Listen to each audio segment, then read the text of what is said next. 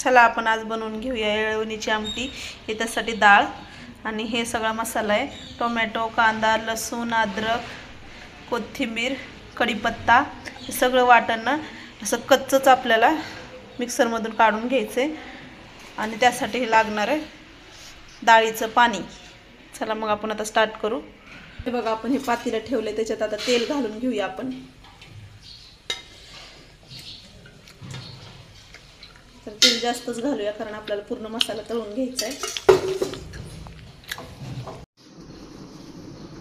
हे बघा तेल चांगलं गरम झालंय, त्याच्यात आपण ही मोहरी घालून घेऊया।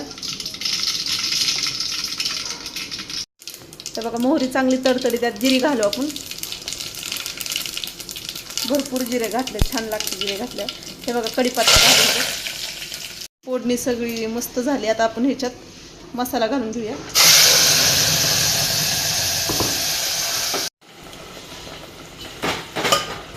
मसाला चांगला भाजून घेऊ आपण, कारण हा कच्चा मसाला होता त्याच्यामुळे भाजायला तर थोडा वेळ लागणारच आहे।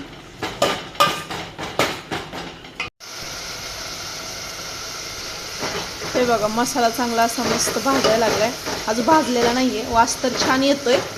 त्यात आपल्याला हे मसाले घालायचे आहेत। आता हे ह्याच्यात बघा एव्हरेस्ट मसाला, हळद आणि काळा मसाला, थोडे धने पावडर, हे सगळे आपण मिक्स करून घेऊया आता। हे बघा मसाला चांगला गोळा झालाय, म्हणजे हा चांगला शिजलाय। त्याच्यात आपण आता हे घालून घेऊया। ही डाळ मिक्सरमध्ये चांगली वाटून घेतली, आता थांबायलाच मस्त असं आपण घरटून घेऊया असं। हे बघा ही सगळी डाळ आणि मसाला मिक्स झाला, त्याच्यात आपण हे आता पाणी घालून घेऊया।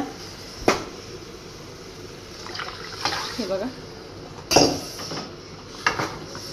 असं हलवून घेऊया आपण जरा, आणखीन थोडंसं गरम पाणी घालून घेऊया आपण।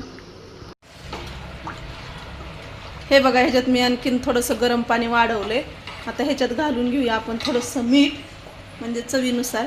मी शिजताना वगैरे टाकत नाही डाळीत, मी असं आमटी करतानाच टाकते, काही काही जण टाकतात।